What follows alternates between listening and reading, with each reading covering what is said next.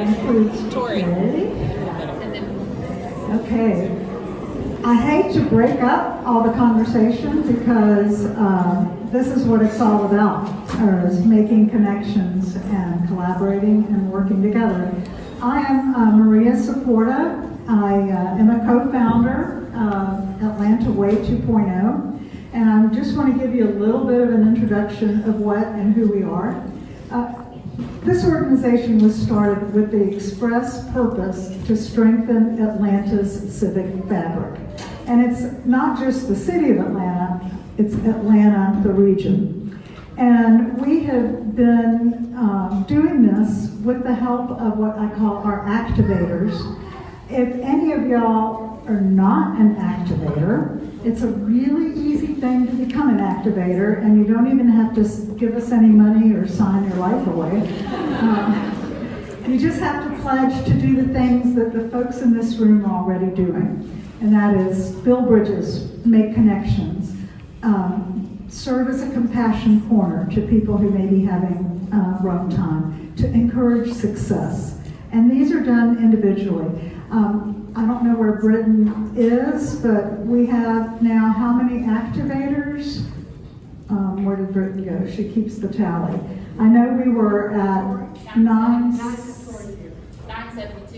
I think we've got more than that now. 972 was last week. We keep it adding. So if y'all are not an activator, we view this as a way to create Atlanta's civic league. People who are engaged and interested in the community, and we are in the process of learning how to activate our activators. And then there are already some activators who are activated, and two of those, Che Watkins, and Charmaine Ward Miller. What makes this special is that, we don't believe in having hard lines. We are all trying to work for similar causes with similar goals. There is no reason we can't be working together and collaborating and figuring out how we can really advance some of the toughest issues in our community forward and to make real change. Britain always tells me what to do. Be ready to give feedback throughout. Please do not leave here today without providing your thoughts and suggestions. And there's a QR code in the program and on screen. And again, she's telling me to encourage y'all to be Atlanta Way 2.0 activators, and that if it's on our website, and I think we have QR codes so that you can become an activator. Education is one of the biggest issues that we face, and so the Cradle-to-Career is something that we take seriously. It's hard to say. I remember Stephanie Blank saying, I thought the problem with education was high school, and then as I got into it, then I realized, no, it's middle school, and then as I got into it, no, it's elementary school, and then it was no, it really begins in early education. The reality is you need all of it to work, and that's why all of these folks are here on the table. Atlanta Way 2.0 is so fortunate to have two exemplary leaders in the field of education, and who are going to co-moderate, and that's Kamal Bob and Ann Kramer, vice chair and board chair. But before we start with our discussion, we have one of our most special partners, and that's Mike Carnathan and Neighborhood Nexus. In order to do any of this work, we have to measure.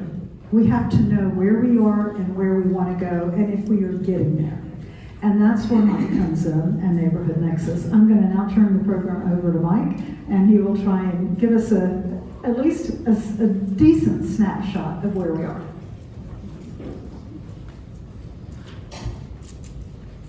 Good afternoon. Y'all ready for a little bit of data? Yes. Again, my name is Mike Carnathan, and I am one of the founders of Neighborhood Nexus, which is everyone's favorite civic data intermediary. Mostly because it's the region's only data intermediary. And my job today is very simple.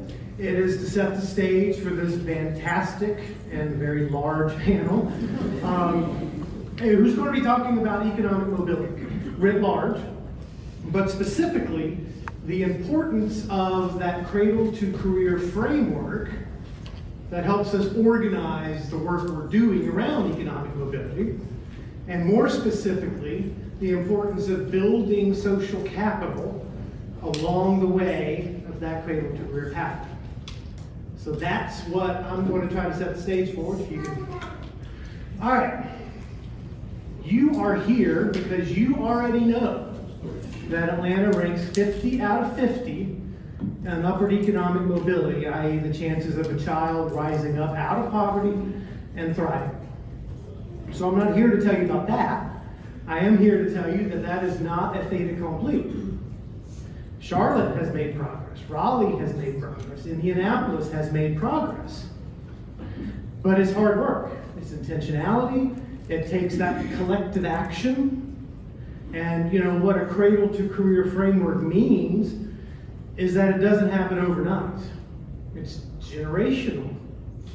So you know that old saying, if you want to go fast, go alone. If you want to go far, go with others. Well, this is a go with others moment. And so, so how do you eat that elephant in the room? I'm mixing metaphors here. Let's click the next one. This is the way we think about it at Neighborhood Nexus.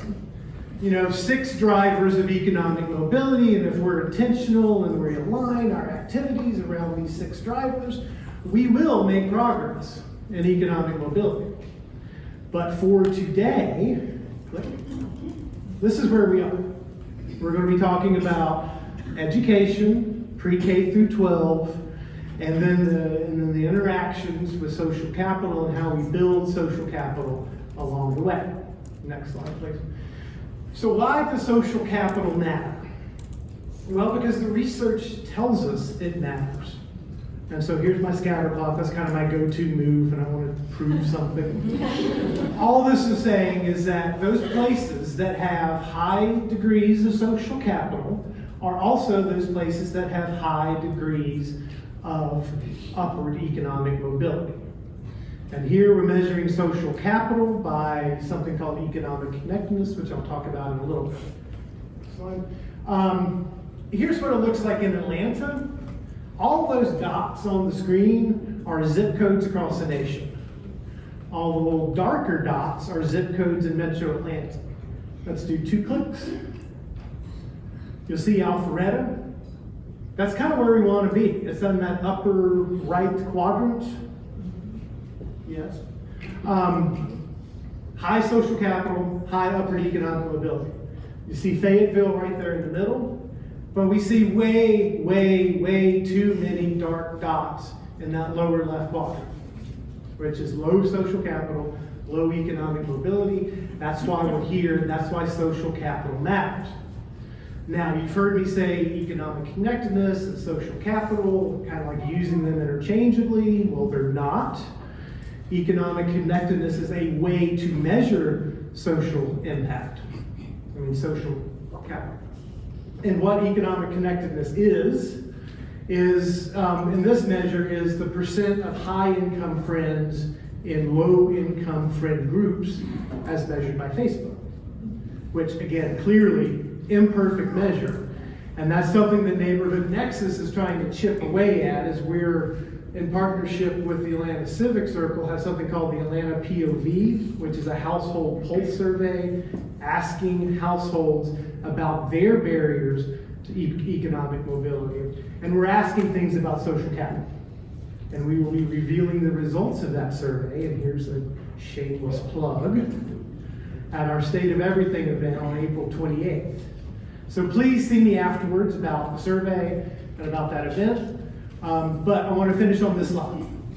And this is really and I'm not exaggerating when I say I've probably made tens of thousands of slides in my 30-year career, this is my favorite because it really demonstrates the importance of that cradle-to-career approach. What you're looking at is back in this, as Georgia third graders used to take a reading assessment called CRCT. And so what we did is we took those third graders, tracked them through graduation. And those are the numbers on the screen that you see. That's their graduation rates by how they did on that CRCT reading assessment. And what you see is regardless of race, regardless of income, two of the stickiest barriers that we have, that if that early intervention, if we get it right at the beginning of the pipeline, we clear that pipeline out for future success. And that's what we're talking about today. So it could be early education as the early intervention. It could be a myriad of other early interventions, but it's important to take that view. And so that's why we're here today. Now I'm going to turn it back over to Maria. Yep. And we're going to get on with the panel, and they're going to talk about why this Cradle-to-Career framework is important and how we can build our social capital, because both of those things matter. Can we get a...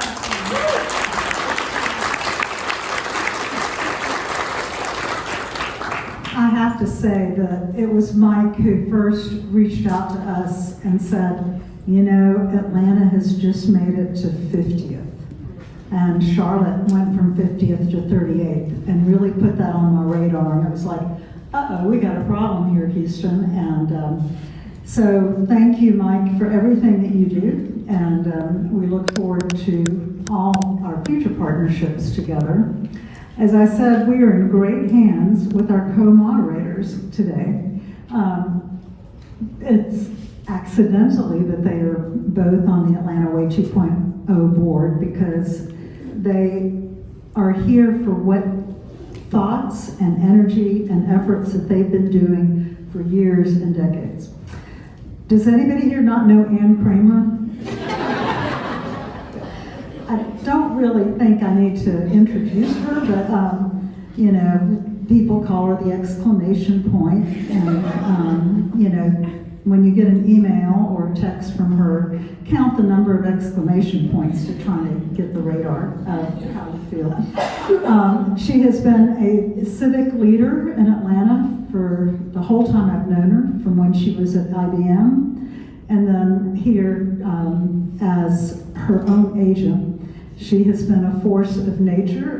Ken Zepp can tell you, she's one of the board members of Learn for Life, which is an amazing organization, but I'll let them do the introductions. Kamau Bob. Kamau is one of those folks that you want around you because he's going to ask you the hard, penetrating questions and keep you honest. And he is at Georgia Tech. He's very much involved in education and finding where the gaps are in terms of which communities are not getting access to the kind of education they need to have a career that actually is rewarding and pays them. So we're in great hands. I'm hoping that the energy between Kamau and Ann will create a few fireworks, and that we have lots of space between them, and we have an amazing panel, which we will have them introduce. Thank you so much. Thank you, Maria. Let's see, Ann. Better? Better. This is such a joy for all of us, and the irony is Kamau and I have worked together these many years between higher ed and early learning and K-12 in terms of hopefully bringing together the communities through which children can all not just survive but thrive. And so it's a privilege for us, especially for me, to be partnered with Dr. Bob and to be able to be with these remarkable people who do represent that arc from cradle to career. And as we think about it, and I love Mike, thank you so much for both defining and describing what we mean by social capital, What we'll hear today, of course, is from this group of what that means, literally within the context of that arc, as well as the relationships that are required to create the kind of success that we're looking for from and for every child. And from our perspective, I, Milton Lass, have been a part of the conversation that says, yes, we want every kid to really be advanced and take all the AP classes and to have higher grades and achievement. The and is, we know that it takes that whole village for this child to succeed. It's not just the educator, and it's not always just the family, but it's the collective and you as elements and participants within the social capital, very significant component that's going to create that kind of path to success. So today, Dr. Bob, if you can sort of give a perspective and then please introduce our panel. I can. Good afternoon. The way that we're playing this is we're offering some kind of introductory perspectives on this larger landscape of education and life. And I think, as Anne pointed out, there's a collection of efforts that are necessary for all of us to be successful. But I do think, having been here now 27 years, I'm from New York, but having been in Atlanta 27 years, there are a lot of these problems that we're trying to address appear at the moment to be intractable and getting worse. So I think part of what we like in this discussion today is to think about it critically and to really interrogate the relationship between the romantic version of what we talk about and the reality. And sometimes, obviously, the reality is more difficult to deal with in public spaces. But when you go from Alpharetta to Fayetteville to Hapeville, what have you, I mean, you know what the reality actually is. So I think Mike's setting the stage, Milton is standing looking at me, so the reality of what we got to do is real. So I think, as we're talking about social capital, who has it, who doesn't, whether your capital is relevant in one zip code versus the other, part of that is a subtext to what we're trying to discuss. That said, I'm not talking. So I'm going to introduce this panel. This is the world's largest panel. That is why there's like half a mile between me and Andy. But that said, it's the Ark of the Covenant. So, to my left, Mindy Binderman, who is the founding executive director of Gears. To her left is Blythe Robinson, who is the president and CEO of Sheltering Arms. To her left is Ken Zeff, who is the executive director of Learn for Life. Everybody's just in charge, but you know, like somebody is a president, somebody's executive director, whatever. So to Ken's left is Taylor Ramsey, who is the executive director of One Goal Georgia. And to her left is Cheryl Watson Harris, who is the president and executive director of Achieve Atlanta. To her left is Jordan Joyce, who is the president and Jackie Joyce. I got some more jokes about my eyes. Jackie Joyce, president and CEO of Career Rise. And then, of course, we have Shay Watkins, who is the executive director of Braven. So we give everybody a round of applause. And in that intention, you'll see from the early learning through to post-secondary, we're going to ask Che, which I think she has done with Braven, to tell us why you think and what Braven does relative to why social capital is so critical. Thank you. Hello, everybody. I'm so glad to see you here. Basically, we're starting actually at the end of the spectrum, but that's fine. So when I think about social capital, the way that Mike mapped it out, when we think about what we do at Braven, which is making sure that students graduate from college with a strong first job or go to grad school, and we do an intervention in the sophomore year with a class for credit. And that class focuses on building a career-ready graduate. And for three of the things, we know what those things are. You need to build your skills, you need to build your confidence, you need to build your experience. But the fourth and most important thing is your network. So we actually teach students how to network, how to build relationships. They have to practice, they have to do mock interviews and connect and learn how to connect with people. And then we also, after teaching them, make sure that they are being exposed to people that can impact their social capital. So all of the volunteers for Braven and in our coursework are employer partners that volunteer with us, and they're their coaches, their mentors, and that's how we start to build the bridge of social capital for these students, so that it's in a not forced way, but it comes in a natural way, because we know that they are going to need those relationships in order to be successful in the future. Thank you so much, Dr. Bob.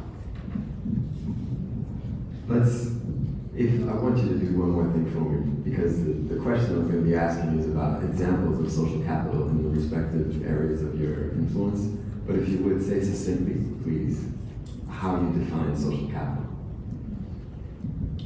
Sure. Well, I'll first start with networks, which is basically all of your relationships.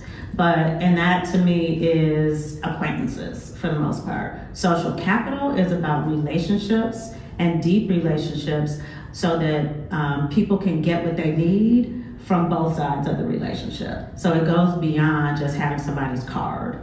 It involves making sure that people on both sides of social capital have what they need to be successful. Thank you very much. So the question to each of you then is, we're talking about social capital and the connectedness, as we just heard, what it means. So if you would please, just down the line, if you give an example of how social capital is relevant to the work that operates in your sphere. We know that families are successful when parents are connected. When parents are isolated, their children are not going to have great outcomes either. They learn from each other. So one thing that Gears has done through our Promise All Atlanta Children Thrive PAC partnership is support a network now of over 100 early education ambassadors. They are members of our communities who come together in a series of Saturdays to learn about early education, learn about resources, and then we deploy them out to the community. So they meet with their neighbors and encourage families to enroll their children in childcare and pre-K and help them with that.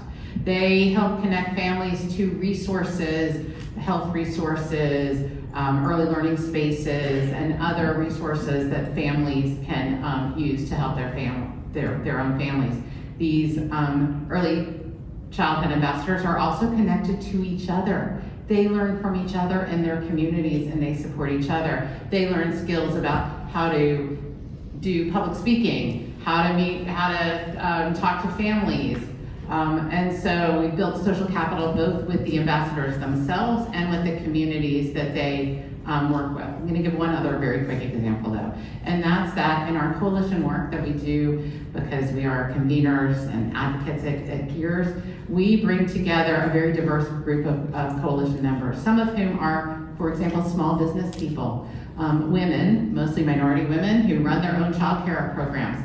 They, again, are in their own little silos. They're serving kids, they're doing it really well, but they don't know others who can help them in the community. Through our coalition work, they learn about issues that are important to them. They can share their stories and issues that to legislators and others, and we connect them to a whole network and a whole system of supporters and advocates that can help them, their businesses, and the children they serve.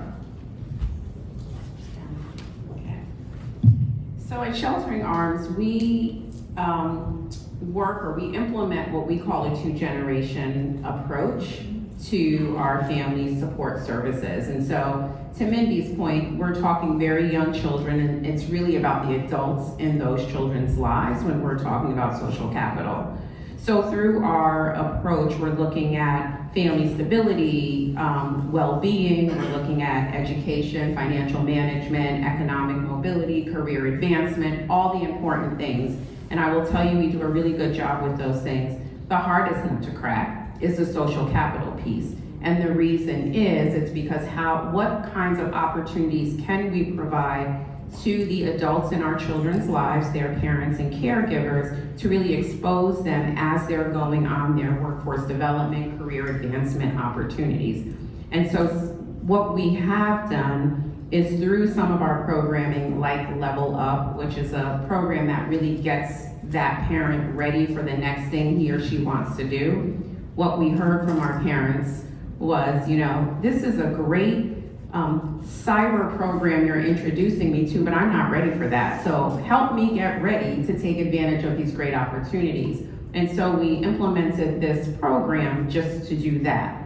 And we are bringing in mentors and folks who can connect with our parents in that program to establish the relationship. What you said, Shay, it's about a relationship. Establish that relationship, help introduce them to other opportunities, say their name in a room when they're not in the room, right? And really bringing those opportunities to them. So that's the most tangible way that I would say we're really implementing social capital into our work every day.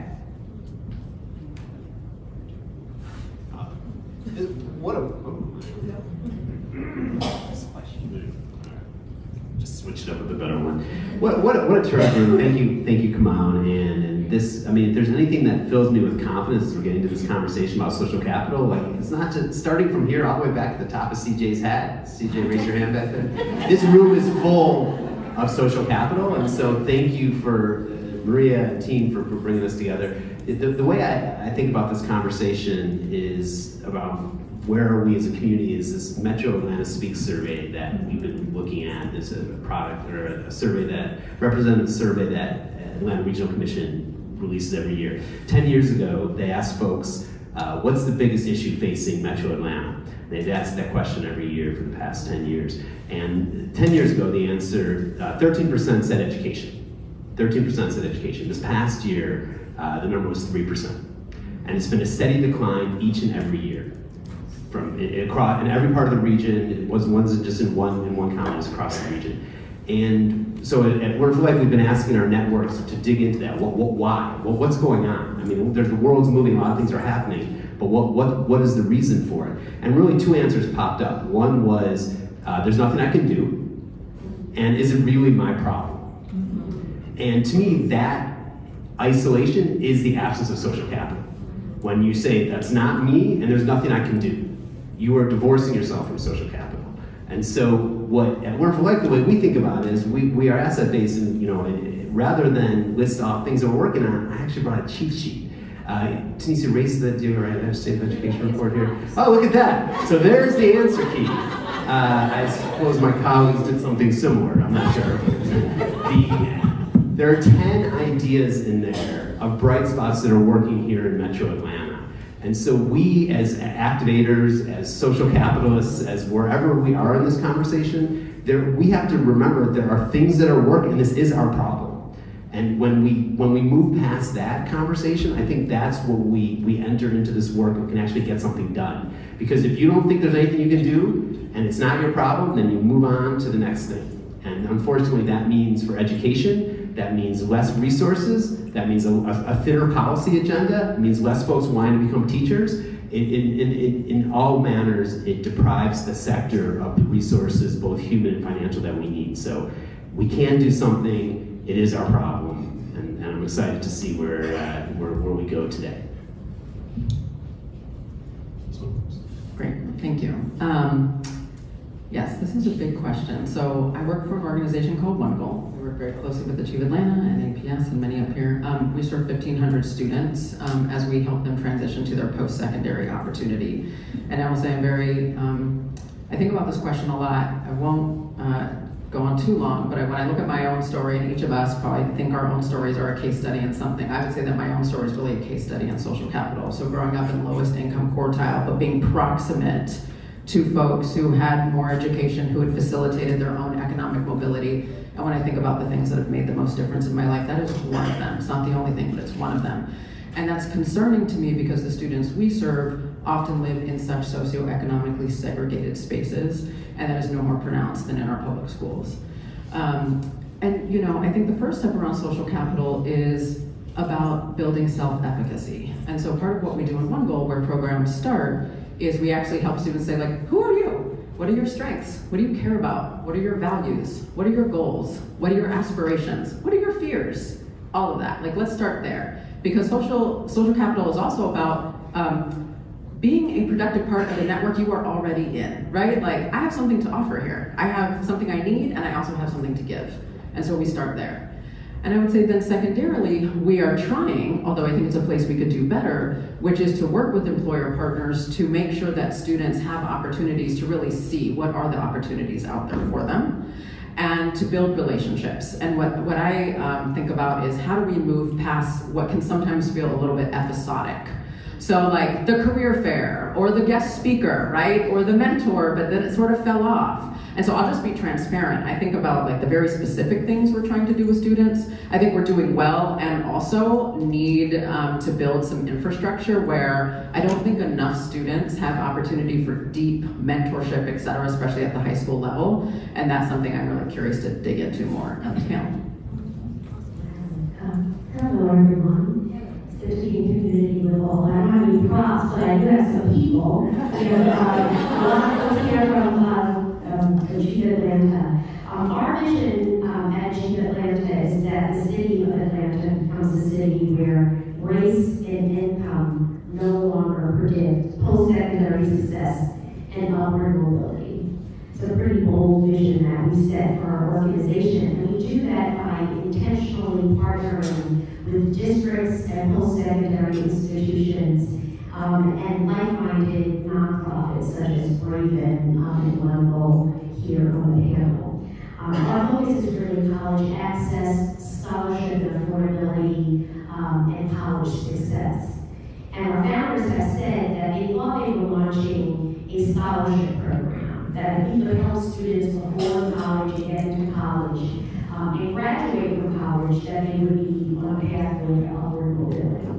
And now, 10 years old, we have some early data that shows us that of the graduates that are students, the Cheetah Atlanta scholars that have actually earned that credential, that just in a small subset that we evaluated, that 52% of the students who have that credential in hand are on a pathway to upward mobility.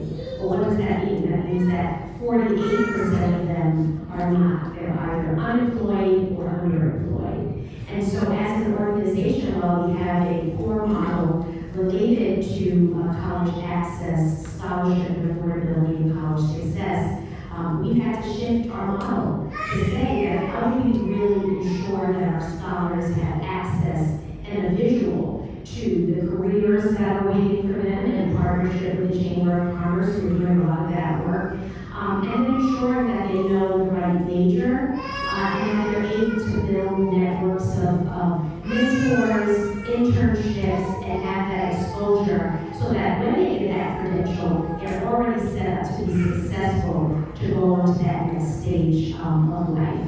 And we recognize that that's via the formal program that we have, but also the networks that we're building around scholars related to their majors and their own vision and aspirations for life. So that's pretty cool. Hello, everybody. It is a pleasure to be here today. I'm Jackie with CareerRise, and CareerRise is a workforce intermediary. So we work with employers, training providers, and job seekers to learn more about what employers are looking for, what skills are important, what jobs are needed, and then what help the job seekers and training partners learn and train people to be ready for those jobs. And so our role in the system is really thinking about how do we help the system work better, make it easier for both employers, training providers, job seekers, for everybody to work better together so that more people have access to opportunities. So we know that talent is distributed equally, but that opportunity is not. And one of the big reasons is people's access to social capital. It impacts not just your access to those opportunities, but also how quickly you can move into your next opportunity, and your ability to bounce back if you have any setbacks. And so we know that it has to be intentionally built into the systems that we're building. So at CareerRise, we're thinking about building our set of partnerships with our employers. We're thinking about how do we help employers tap into untapped workforces? How do we help make sure that pathways that employers are building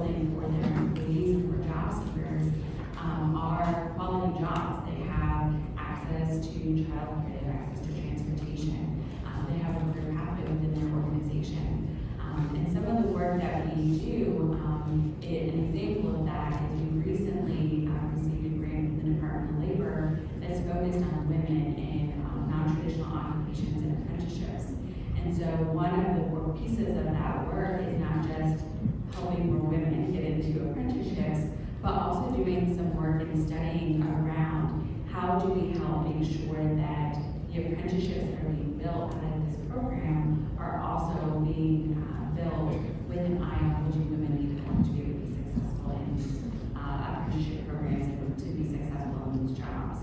And so when we think about kind of social capital and how does this impact the work that CareerWise is doing, we're really thinking about how do we make sure we're building mentorship programs, how do we make sure we're exposing these different career opportunities, how do we make sure that you can see themselves in these different careers. And one last example I'll give is we have a program through the WIOA system, through the technical college, where we help expose youth to 5 different high-demand industries. And so we bring in professionals, it's a virtual program, it's 5 weeks long, to talk about what is it like to be in these career pathways. And then we have those students do a career plan, a resume, a cover letter, and they work with their case manager in partnership with the WIOA offices so that they can start getting more exposure into these high-demand industries and to see themselves in these jobs that can even give them a living wage as they go out to the next step of their careers. Okay. So this is so amazing. I hope you all have been touched by where you can plug in, either as an apprentice, as a volunteer, in community, or within business. But now I want you to think, and Taylor, you kind of started it, is I'd love for you around the table to take a few minutes and think about yourself. Where and how social capital was both influential and supportive, if not catalytic, for you in your own life, and to be able to articulate that and see where across the table that others had similar and consistent stories, but then where that lands today based on this Cradle-to-Career panoply of good people. So I'm going to give you 5 minutes. They did very well. I'm going to congratulate this group. Yes, you did it come out. This is 7 people. We'll never get through. Y'all did great. Thank you. So if you can sort of find a neighbor, turn to a neighbor, share, and then we're going to come back about that kind of one example of where social capital was influential for you in your life. Yes. Yes.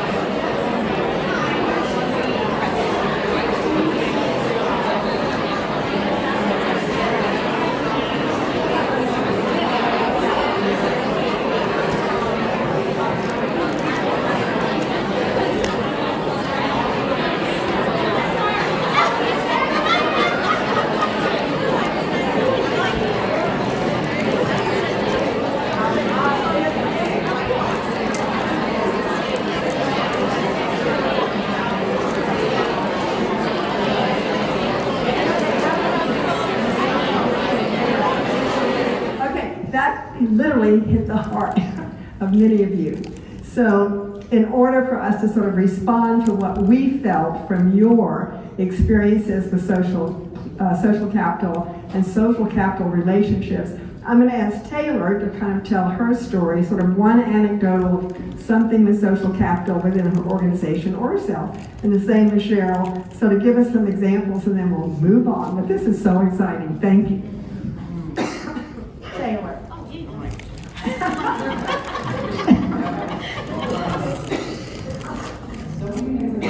I'll start personal and then I'll share from Uncle. Again, I think some of the other stories, but it's a good opportunity to shout out pre-K and a Head Start teacher and the technical file system. So, 40 some odd years ago, well, leave it at that. When little Taylor was growing up, my mom was pursuing her GED and she was going to get a technical credential. And so 2 things were happening actually simultaneously. My mom got a technical credential that took her out of the services degree and into the medical profession. And I would say there's dignity in all work, but there is not economic opportunity. It's not the same economic opportunity in all work, and that's just the truth of it. So the services due to being in a professional setting. And at the same time, I had a Head Start teacher. This was my fun fact, I was born in Honolulu, and Head Start was at risk of being cut. And a advocacy organization was looking for parents to go and testify in front of the legislature. And my, Head Start teacher, Ms. Hata, said, I got this Spitfire mom. I bet she'll be good. My mom had never voted, didn't know what the legislature was, and never participated in advocacy a day of her life. And goes down to the legislature, and as my mom does it, she brought the house down. And she still says that to this day. And I don't know anything about her. Both those things simultaneously, like I said, I was growing up quite low income in, Section 8 housing, all that, but someone just propelled me into different worlds.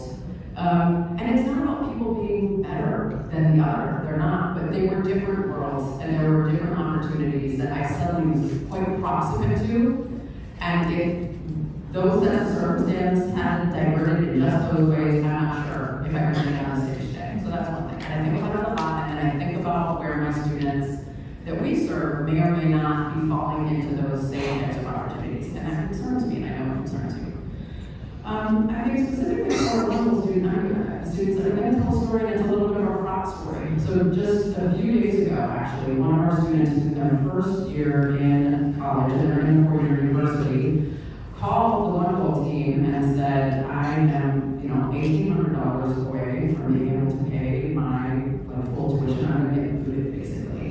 And I've explored every single option, and I don't know what to do. And I say it's wrong because I don't want students to be financially dependent on us. I want us to solve those root issues. But at the same time, and we give some financial support, so the student knew, being connected to One Goal is an opportunity for social capital, and being connected to that opportunity. But again, not all students are connected to those opportunities, right? And so, someone called me and said, can we do this? It's more than we would typically do. I said, yes, right? It's not, we can say those things and just say yes.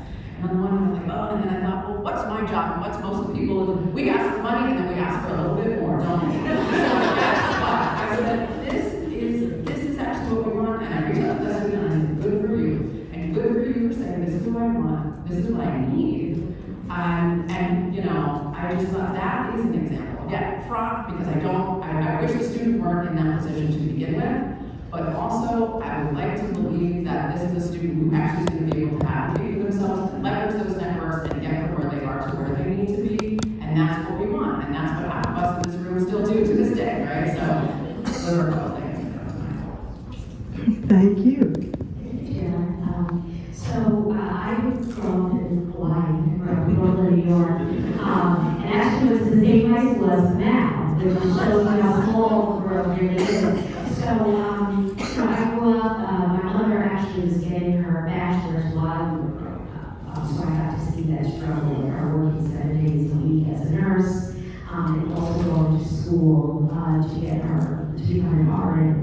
And I went to very strong track in New York City. So if you get in the top class, gifted class, the IGC, whatever they want to call it, the standardized testing schools, then you have a pretty high likelihood that you're going to be successful. But if you're not in those tracks, you're pretty much struggling to actually be literate, in many cases, by, forget 3rd grade, by 6th grade.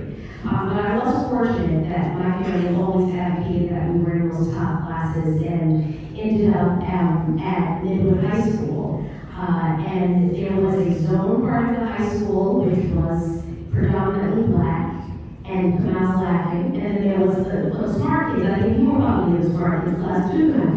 And yes, there you might be 1 or 2 students of color. But during that time, we had ARISTA, which was like the Honor Society for your grades and merit, and there was also the Archon program, which was for student leaders. And in the Archon program, once a year you got to shadow a senior leader in the community. And I was fortunate enough that they paired me with the chancellor of the New York City school system. And he picked me up in his limo or things like that, and we went to a lunch genetic race building in New York City and Manhattan. There was a lot of media there, they were grilling him. And then they got to like a softball question, and he said, I'm not going to answer this question. I'm going to ask the future chancellor of the New York City School System to answer this question. And brought me up, and I was able to answer the question for the media. So, my view of the world, I didn't know what a chancellor was. To aspire to become a teacher or even a principal seemed like the kind of top of the food chain. But under my high school yearbook picture, it says chancellor of the University School System. And I went on to become the first deputy chancellor of the New York City School System. That exposure and experience that he had taken a day, not only to volunteer to host a student, but then to give me that access to stand and deliver and feel like I can do this. You know, I'm a 5'2" little girl from Brooklyn, New York, but I can do this because he gave me the opportunity to feel that level of success even as a 15-year-old. The last one, I can give you so many Atlanta stories, but I have to do this. My daughter, she went to Howard University. She was really one of those students that was heavily impacted by COVID, both emotionally, her self-esteem, everything about it. And when she graduated, after spending all that money, she just really didn't even have the confidence to say what's next for me. And so I happened to get together just like this, walking from one room to the next, and happened to be walking right next to Dr. Perry, who's sitting here, and something about, she gave me a little smile and a good hug, and I started telling her about my daughter's situation, and she said, have her call me. And she got her linked up with the Angela Atlanta. My daughter got placed at school and has done such a phenomenal job that Dr. Perry says now they say the school says we want Will Lawrence. And now she's, just that confidence being successful. She's applying to graduate school. Dr. Perry wrote her a letter. And, I'm just really happy for that pathway. So it isn't always formal. Sometimes you can be informal and you make such an impact on someone's life and their trajectory. And each of you has one, if not hundreds, of similar stories, and all of this panel definitely does. So thank you. Kamal? First, I think it's important to note that Cheryl and I went to the same high school. And the reason I'm successful is because she went to the high school first. But we're going to do a little bit of reflection here, I think, on philosophy. I think part of what we're hearing here, as I said, when Shay at the beginning was trying to define what social capital is, and we're hearing instances of that. As I was alluding to in the beginning, we have these questions about what's actually possible. So I think here, this is a self-selected group of people. So everybody here is in some ways essentially dedicating their adult life to trying to solve this problem. So the answer to the question is going to be obvious. Yes, of course we can do it. However, that said, the question here is what do we really believe is possible in a mind? And so here, the context for the question we're going to be ultimately polling you as you deal with this QR code, but I want to set it up a little bit. If we're thinking about the way that major urban centers have worked, kind of in the post-civil rights era. So if we think about from 1964, the Civil Rights Act forward, so Cheryl and I were born in that era. So we're kind of like the first freeborn Black people in American history. And so then, in this last quarter century, so like the end of the last century was like trying to figure out what America is in this post-civil rights world. And in the first quarter of this century, which is now over, crazy, if we're thinking about Atlanta as a city that is an epicenter of what the civil rights kind of philosophy is, how has Atlanta fared in this first quarter of this century? And I think the question that we have to ask is whether we in fact believe it's possible to aspire to this kind of great city on the hill that we describe ourselves as. When Mike repeatedly comes to all of these meetings at Leadership Atlanta and the Metro Chamber and all. What he says is that this city has a 20-year life expectancy difference across the North and the South. And we've had it for years. So the question remains, what do we believe is actually possible? So I think here, what we're trying to gather in this dynamic between the panelists and us as a collective is what we think is actually possible. So the question I think that's being asked in this. So scan the QR code and then hit the next button and you can respond to the question. Oh, and hopefully the question will show up at some point. Otherwise I'll just talk my way through it. So, but part of the discussion here, is what we think is actually possible. And I'll perhaps model it. And the curation here, as I preface the question, was to say that given the nature of who we are, it's clear that everybody believes that this is possible. And if you don't believe it's possible, then what's the point of getting up and go to work? But what I would like for a little bit of discussion here, because we have about 8 minutes to talk about this, so our panelists include. If we're operating under the belief that individually the work that we do is trying to achieve this goal, but we also see that there's a kind of a quiet collective inertia of the way that the city works that is leading to these particular outcomes that we've seen in city after city, in Seattle, New York, and DC, and I mean, it's everywhere. So what's the relationship between the individual work that we do and the collective attitude that we don't actually see that's leading to these outcomes? So to that extent, what I would like, the poll suggests what we thought would be the case.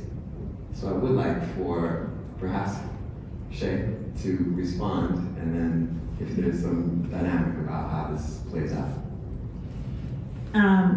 So I am always very, very optimistic, but also very, very realistic.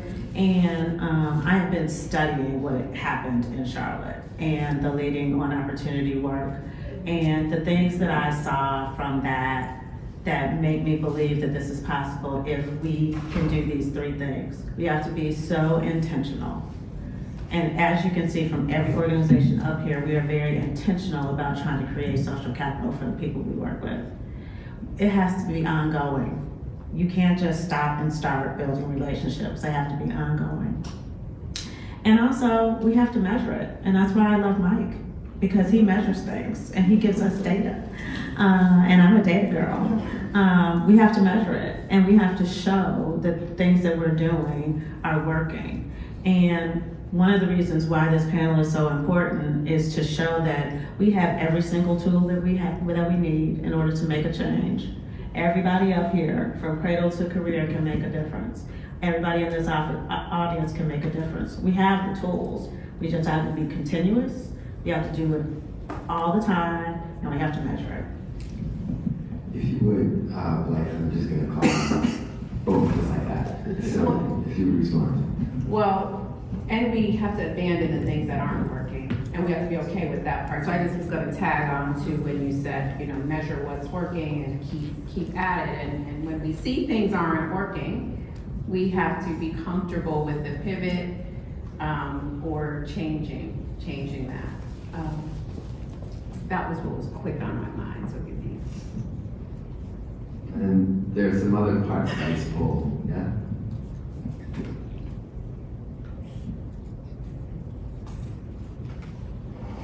So what that says, for those of you who are turning around, is does your organization provide programs that support the Cradle-to-Career pipeline? So yes, they do. The art depends on what people actually do. But here I would like, Ken, I'm not looking at you, but I'm going to ask you to respond to this. In the context of bright spots and thinking about the way that we try to approach this collectively, what's the connective tissue in all of this? There's the belief that it can happen. And I do want to point out that someone said no.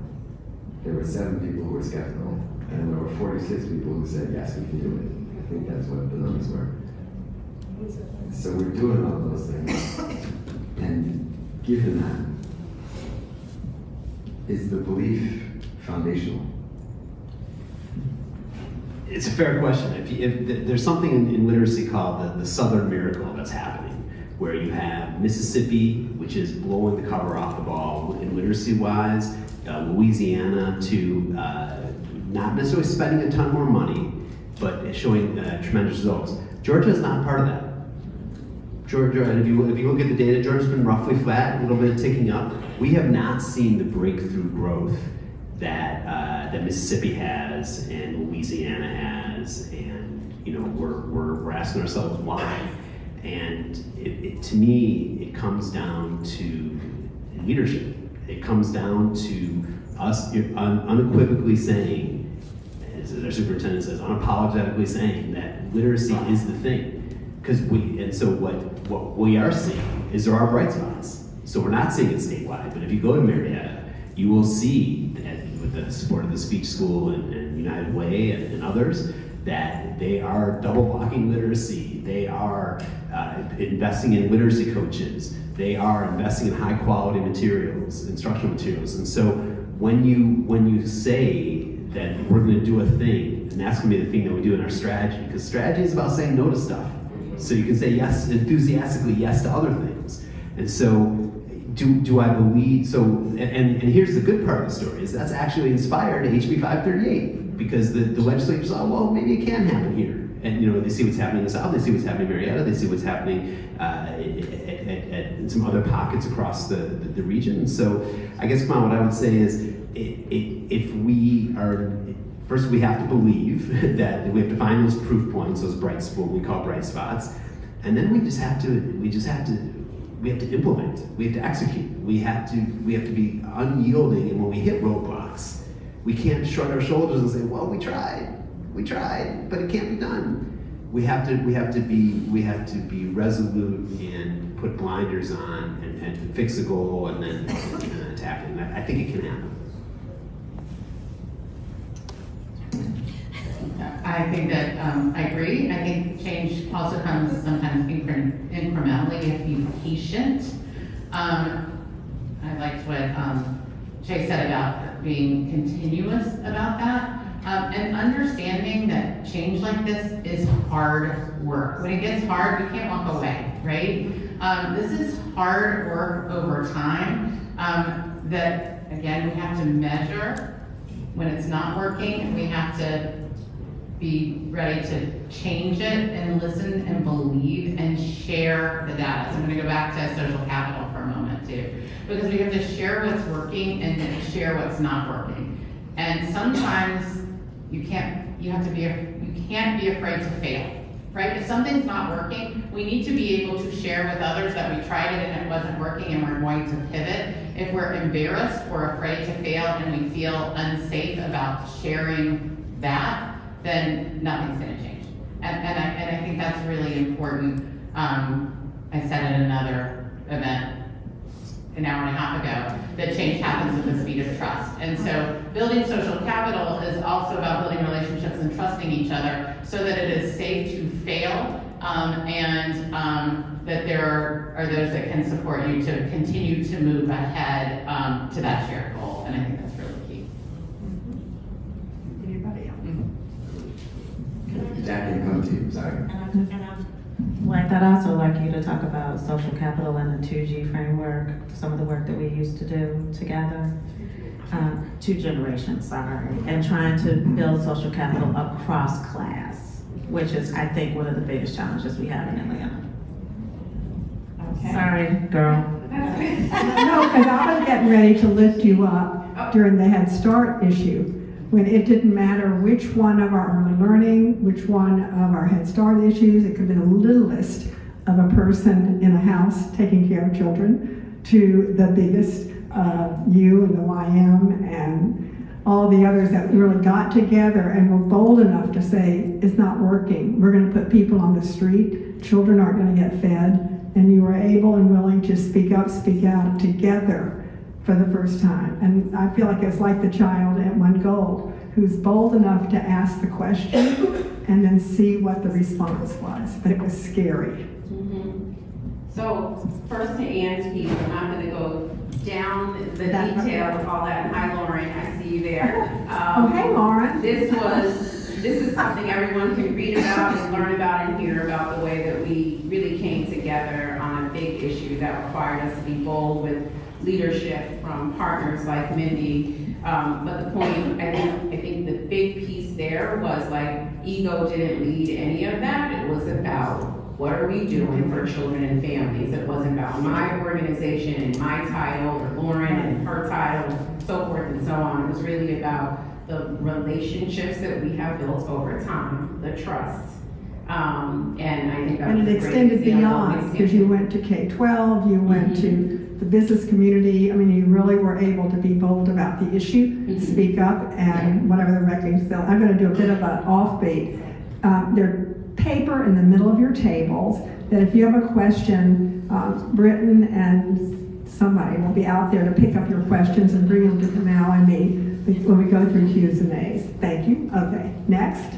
And so I'll address Shay's question about the work we did, and I was sharing this with Ken as we were having our quick debriefs or conversations.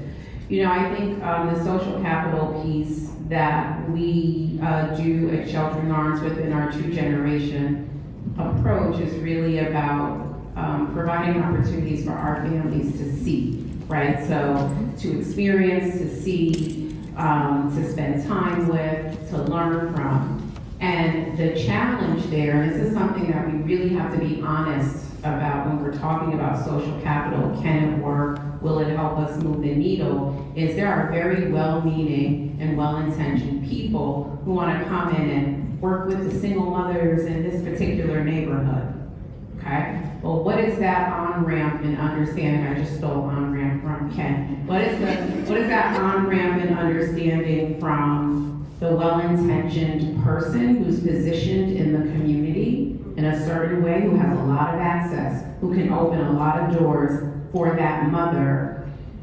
How are they showing up? How are they creating relationships? How are they creating trust? We can't assume that our mothers in our program will say, sure, grabbing coffee with you sounds like a great idea.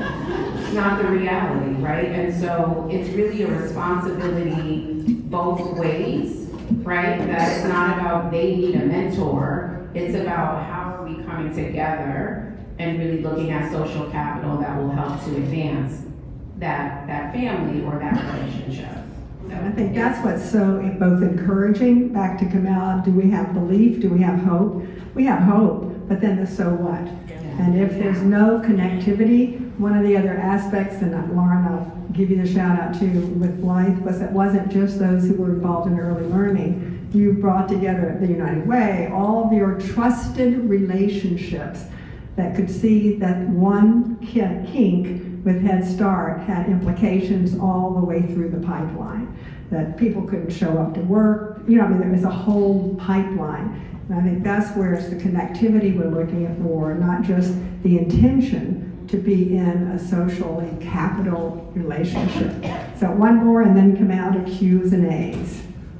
But Mindy. I was just going to add to that, start saying I know only about the foundation community and the community foundation. Yes. Because again, what happened was you had over a dozen foundations, smaller and larger ones, who helped guarantee a loan to the Head Start providers. And so again, talking about social capital, that was about the fact that relationships had been built over time and that this trust was there that said these children are frankly too small to fail. And therefore we have to keep these doors open for 6,000 Head Start children and almost 800 teachers.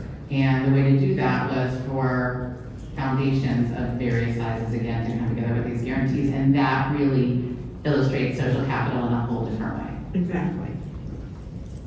Can you read?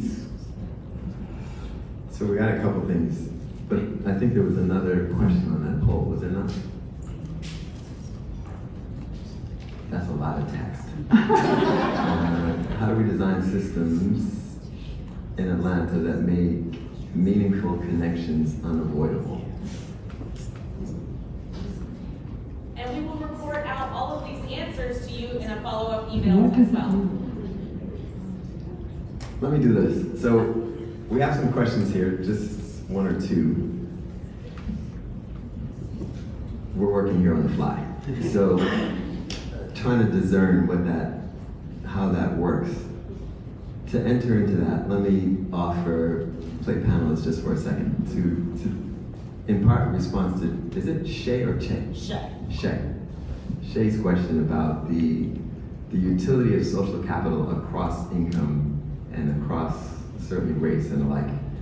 And I would say here, playing a Georgia Tech person, as a flagship public institution in the United States, certainly in the Southeast, we have one of the lowest proportions of Pell Grant students of any public institution like ours in the country, which means that our students come from a certain subset of social capital. And that means that we kind of embed in the way that we foster, catalyze, and essentially isolate students in a particular grooming of what this kind of education means for a certain set of people. And so if we're thinking again, coming back to these questions about how are our institutions trying to break and catalyze a different sort of social capital integration, I'm sitting in an institution that, whether we say it or not, it just doesn't do it. The students themselves are connected to each other in ways that they're familiar with, and then they go on to jobs that make them even more familiar with, and they're catalyzed into a particular set of the social strata, and then we're just part of the engine. So I think here, if we're thinking critically about it, coming back to the question, like, yes, we believe that we want to have these things and these change, but Georgia Tech is sitting as a muscle in this, it's a central muscle to the way that we built the whole technical infrastructure right now. And we're essentially culpable in isolating a certain kind of social capital. That's it. So, Ken. I just wanted to offer an institution that may have less agency. That saw Jessica Johnson here somewhere in the room. That Jessica and I spent a lot of time in Atlanta public schools, where you have 80% of your families are in the free reduced lunch program. And so how do we, and I think, that's why I think Blythe's story is so important, because I think it's a challenge to everyone in the room, and Taylor's story too. How do we give those families agency to advocate for themselves? School system's gonna try, but our nonprofit partners, our foundations, our folks that are investing in families at every level, we need to pour deeply into those folks. And I think that's our collective responsibility, because if we just offer it, if we send an email, did you get the nudge, the text message that said that your daughter was late to school, or that there's an after school program that can accelerate your child, but there's only so much a school can do. And we put so much at the foot of the school system, and that's where I think it's our collective, I think the answer to your question, Kamal, is we have to start with accepting that it's our responsibility. And at Georgia Tech too. And I know I've heard you talk about this, like, you can't just say at Georgia Tech, well, these are the kids that apply. Mm-hmm. We took a real hard look at the kids that applied, we did everything we could. But what else? Well, what's expected to you is results, not just measuring input, and I think that's our collective responsibility. So Ken, I have a question from the audience that takes a little bit of what you're saying, and I'd love to hear from the rest of it. In this group, a lot of us for years have been in these gatherings. It's mostly not-for-profits, it's for civic leaders, it's for educators. So where's the corporate community?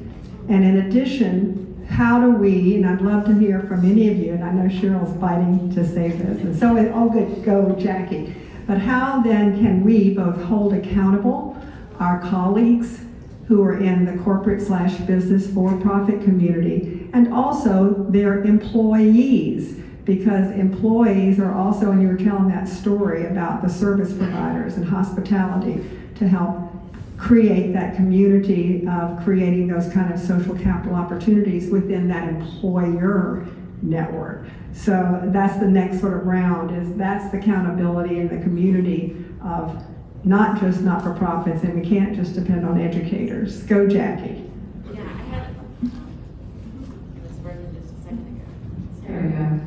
I have a couple of thoughts to share as we think about how, when career talk to employers and thinking about how we're engaging our business community, there is a really clear delineation about where employers with good jobs are, where employers with jobs that don't typically pay as much, or may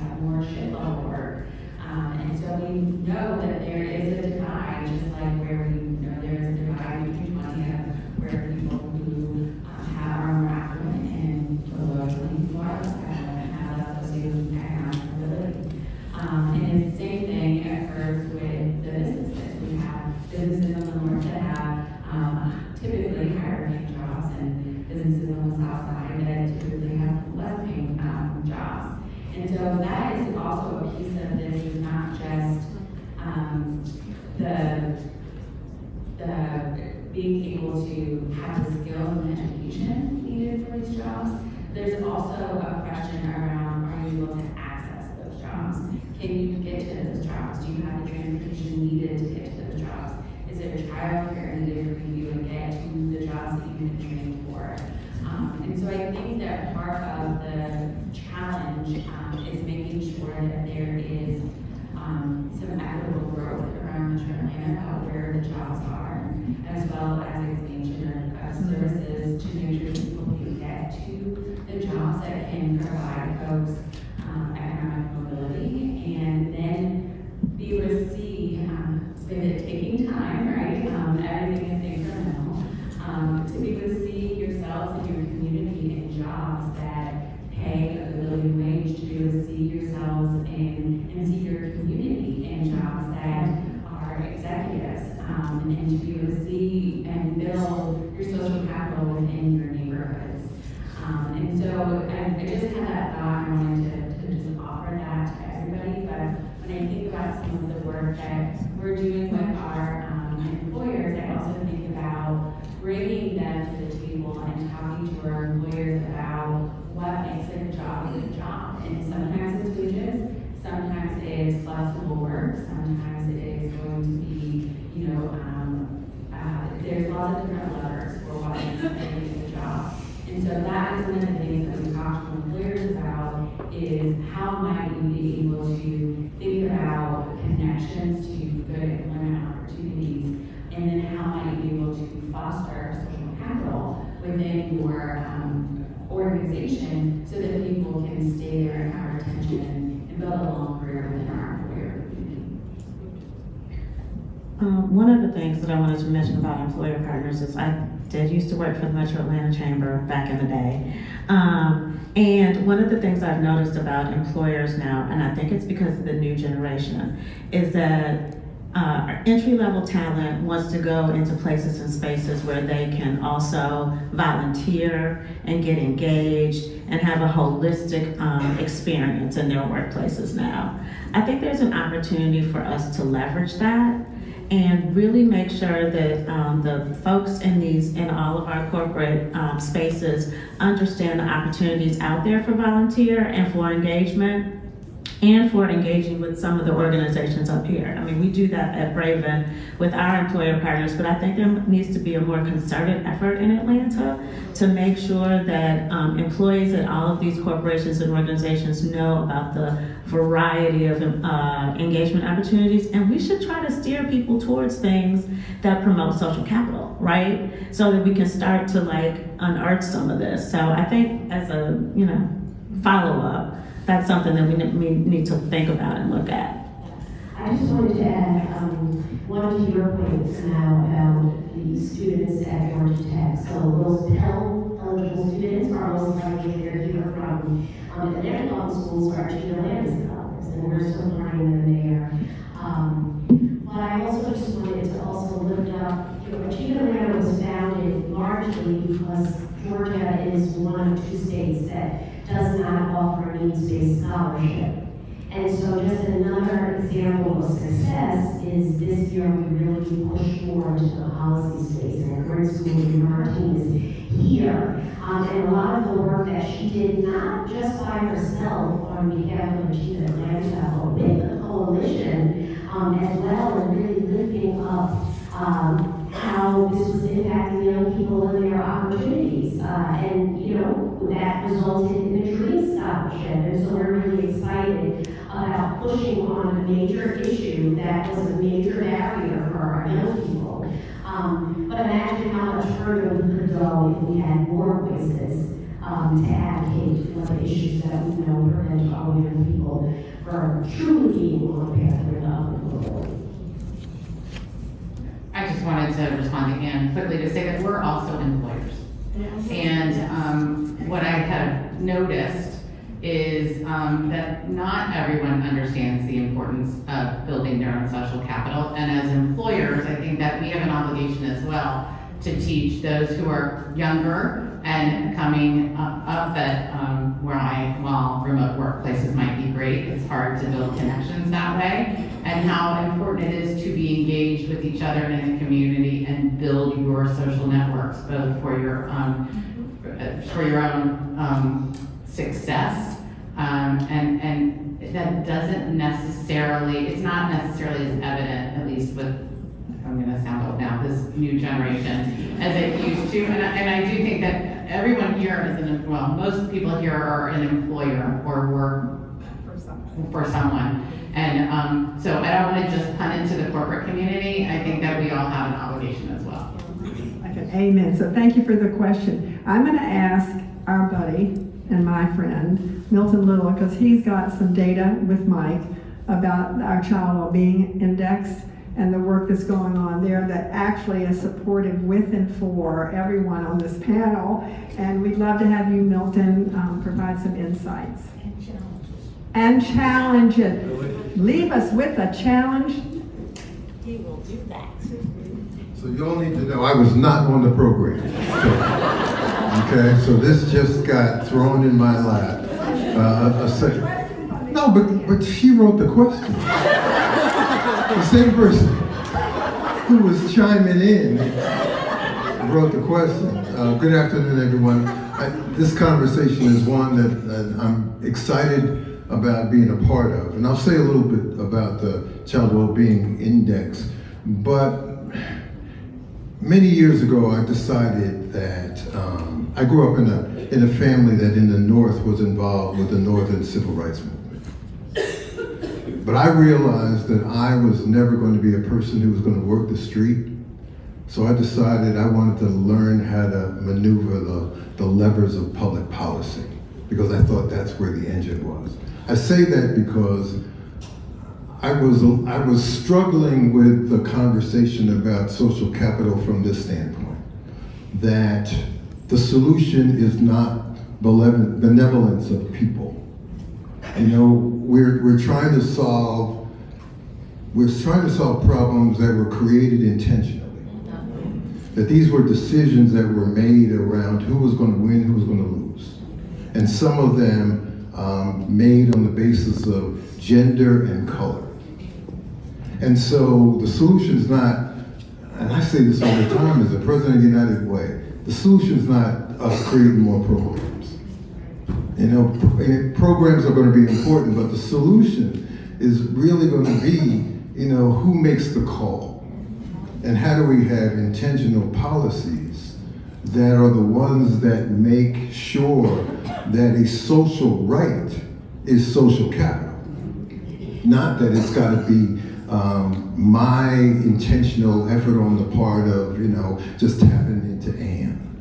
That's going to be important, but if I never see Ann and no one ever puts their shoulder on Ann and decides to turn her left when her inclinations go right, that ought not be.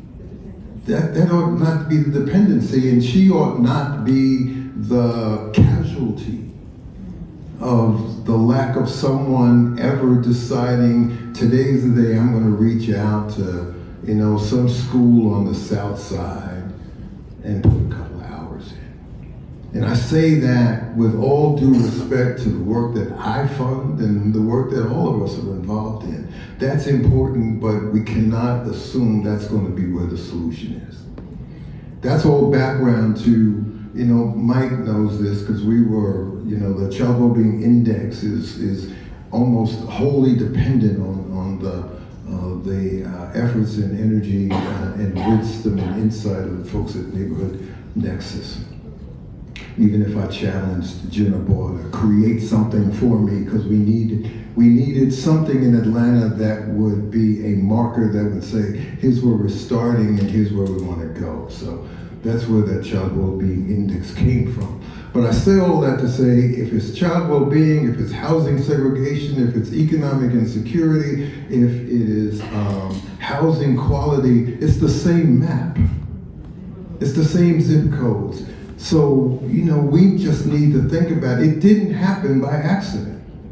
And how do we undo it? And that's, I think, the leveling up conversation that we have to have, because at the end of the day, y'all, this is all about politics. You know, I used to be in corporate philanthropy, and I had the hand on the levers of corporate generosity, but at the end of the day, that was not the job of AT&T. That was not the job. I had $40 million to spend on a company that had, $70 billion of revenue, for which my $40 million was lint in the pocket. And there were strictures against that $40 million that did not allow me to get political. That allowed me to do good things, and I could trot the CEO out and he could sort of glad hand and stuff, but at the end of the day, it wasn't solving the problem. And so I'm all about solving problems. I don't have a whole lot more time in this job, and I got a couple of board members in the room, and y'all could say what you want to say. But, so the last thing I'll say is, I graduated from Morehouse College before Peachtree was paved street. I mean, that's how long it's been. I'm going to celebrate my 50th graduation in a couple of months. But I don't say that for that.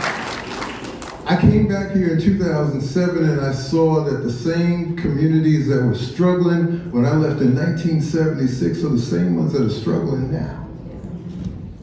And that's what motivates me every day, and that ought to be what motivates each one of us every day, because we're going back to what Mike said when he mixed metaphors. It is about that elephant, and we are nibbling.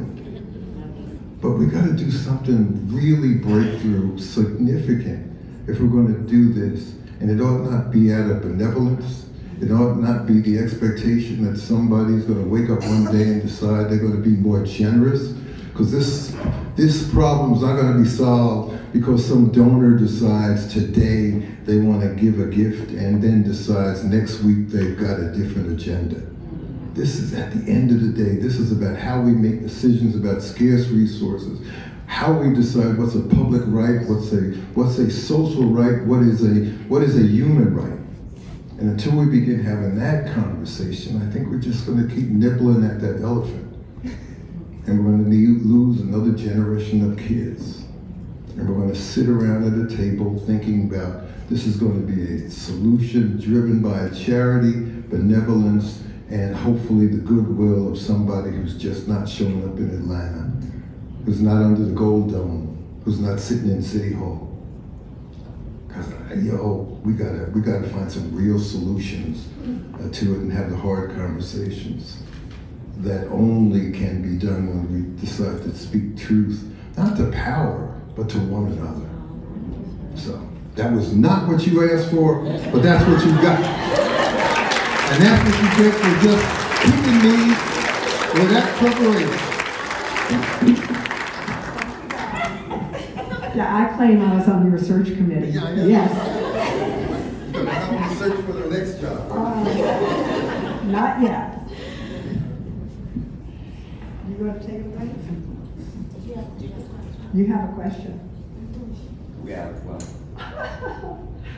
Let's do this little time check. So it's The hope question. It's related. So there are a couple. I just want to make sure that the questions asked are noted. So one was that Charlotte has a game plan, and how do we take that as action here? So we've had some of that discussion. I just want to put the questions out there. And that one's important. What community organizations will be central to organizing this initiative? I think in the backdrop of that question, there's an issue of kind of collective impact. Whose shared responsibility is it to try to coordinate what our mission is, the goals and the like? And then the other is practical, given what's the follow-up. So in some ways, it sounds like this is about our own sense of social capital. How do we utilize and organize a particular group of people as social capital to make moves? What is the connective tissue? How do we get ready? And the like. So that said, in the framing of that, and particularly given what we just heard from Milton, the question now to each of you, this is the aspirational part of this. So what I started out in the beginning was we kind of have a tension between the romance and the reality, and I think it's been borne out here exactly. So, Mindy, I'm going to start from you. And this is the kind of crescendo of the gospel. So now, what hope do you have for this beautiful city that we all love and adore?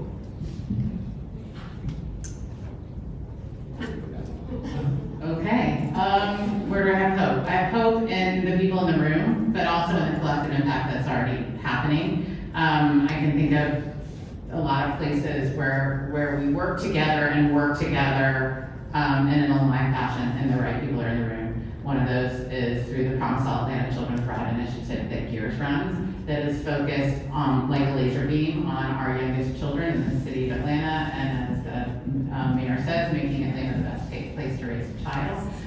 We have aligned on strategy, aligned on funding, and we're seeing change from saving 4,000 childcare slots at the very beginning of COVID to repairing and renovating childcare programs throughout the city to helping with the Head Start initiative, ensuring that Head Start stayed open in November, and many, many, many more examples of that. I see it in Learn for Life and having superintendents and others all sit throughout the metro area, sit at a table and plan and prioritize together and look at bright spots, yes, but do more than that, and sharing really needs.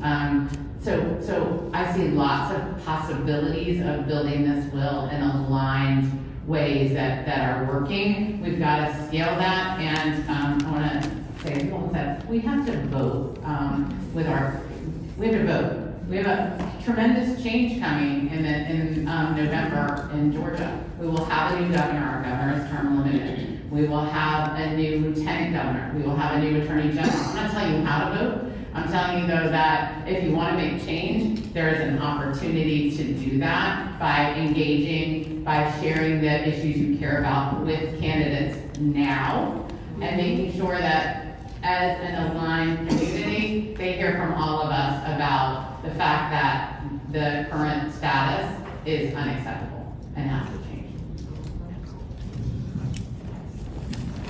So, what is my hope for Metro Atlanta? Exactly. So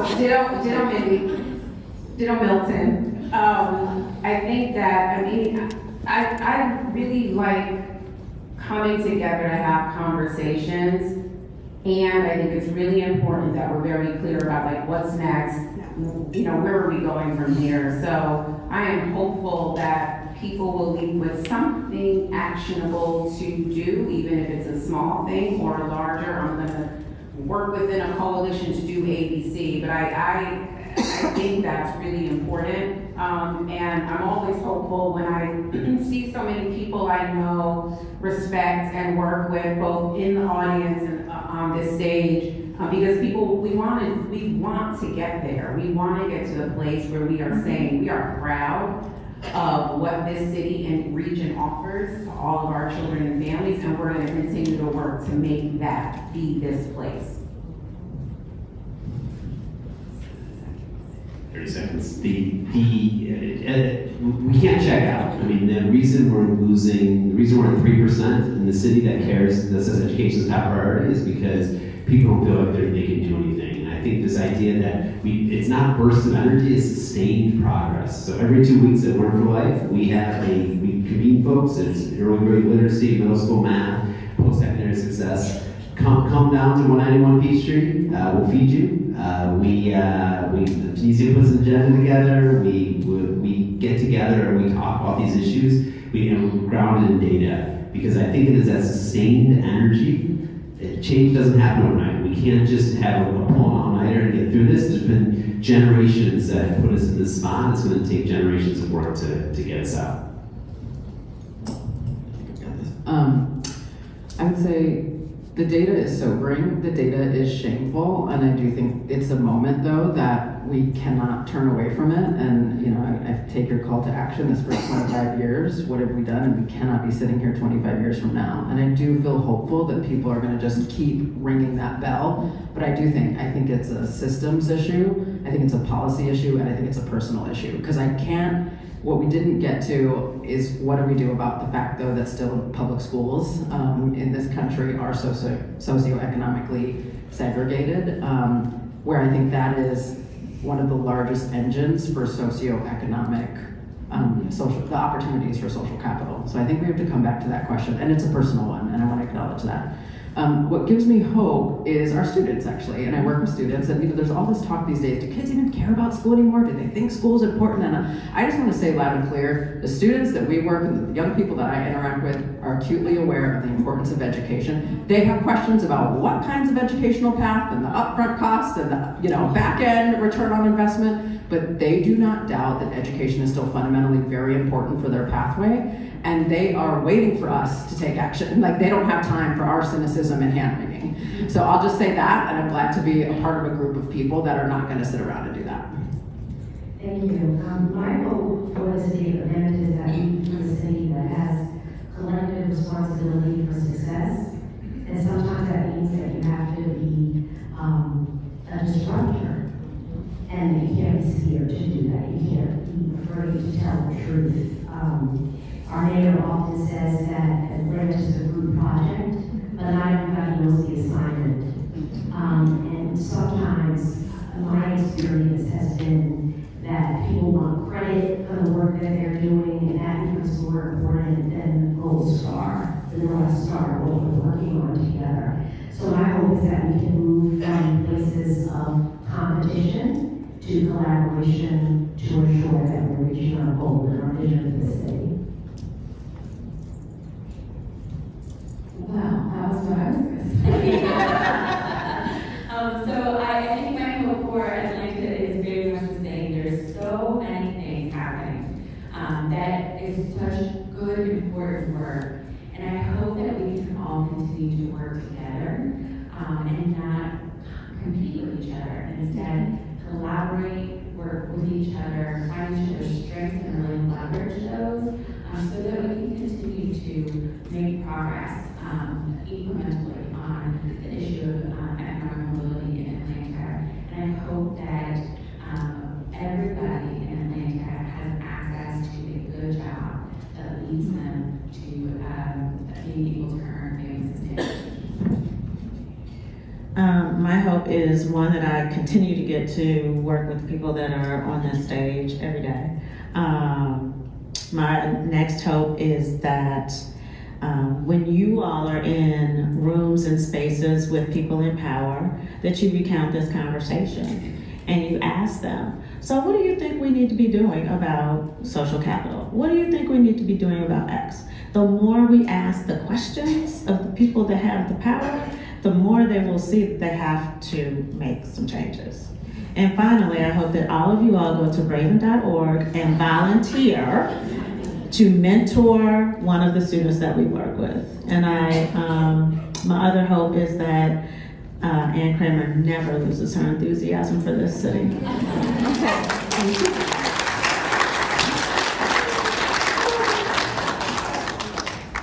We're in the wrap-up stage now. What I want to acknowledge, if you all would look at your clocks, it's 3:50. And on the schedule, it says that we're supposed to wrap up at 3:50. I just want to say, I'm so impressed with myself. I navigated 100 people to get this thing to this point.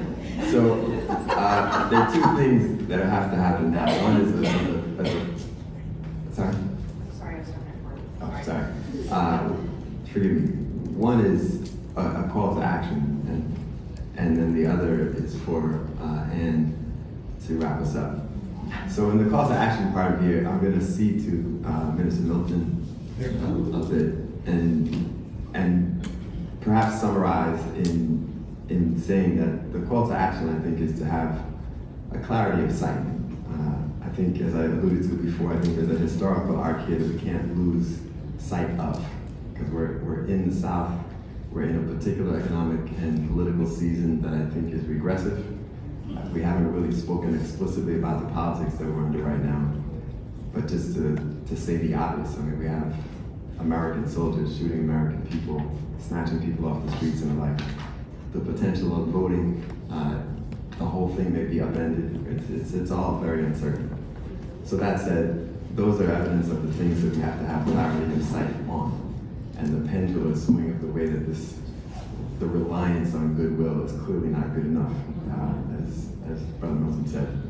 So that said, I think in terms of the call to action, one is the clarity of sight, to be absolutely clear where we are in the historical moment. And then the other is the courage to be responsive to what you see because you have clarity of sight. And so there, I think is a point that's been raised, is when we're talking about individual students, our individual families, the spheres of influence that we have to embody the courage that we espouse. And that may not be these grand things, but courage manifests itself differently in different places. And so to that extent, I think the call to action here is clarity of sight, to be repetitive, to make sure that the point is driven, and then the other is the courage to act on what you actually see. That's it, I'll turn it to Anne. Thank you, thank you. I think for all of us, there is the sense of this is a big issue.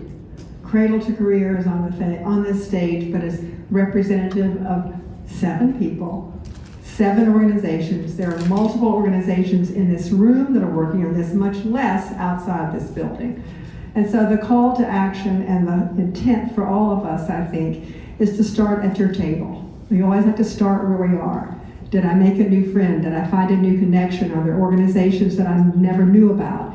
And then how and where can I get involved? Likewise, in understanding the self, is that I'm going to make a plug too for Atlanta Way 2.0. It is intended to be inclusive and invitational and creating spaces as an activator and as a person to create that space for everyone to be involved. Milton and I had this conversation actually this morning when we were at a different level of creating a city of peace. We're at the grassroots level at this meeting. So how then do we create that connectivity across this community where we are speaking out, speaking up, and being bold to be able to tell the truth. What is the situation? Systems and structures created the systems now. We are no longer naive. We can't let anybody think that this is going to just go away or they can hide. One of the things that I love to do is to go to things like the big beer hubs, you know, where there are a lot of singles and people, and I just say, have you given to United Way? Have you been to the theater? The Alliance has a great play on.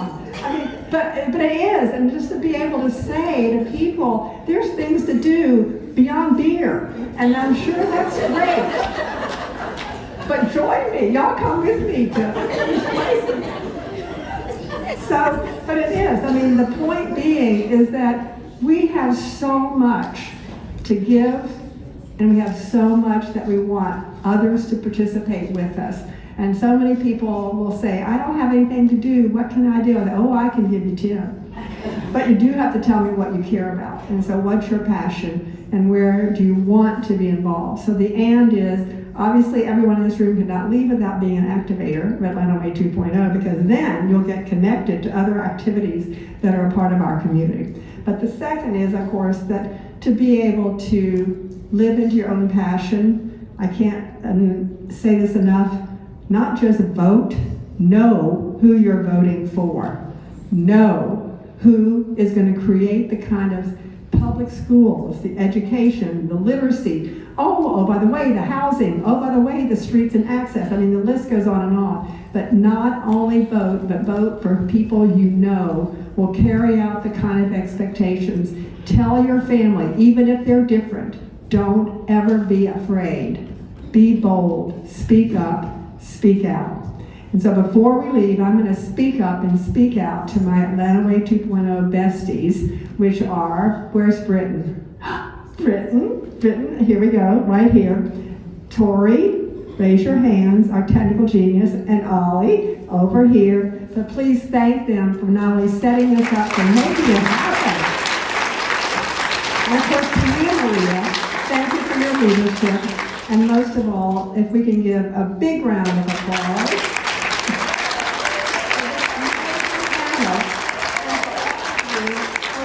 Foundation, which has been supportive of the work that Atlanta Way 2.0 has been doing on economic mobility, but now we're going to talk about that as social capital. You have gained your you have increased your social capital today. Go out and tell everybody. Thank you, thank you, thank you, thank you, thank you, thank you, thank you, thank you. Robin Hunt.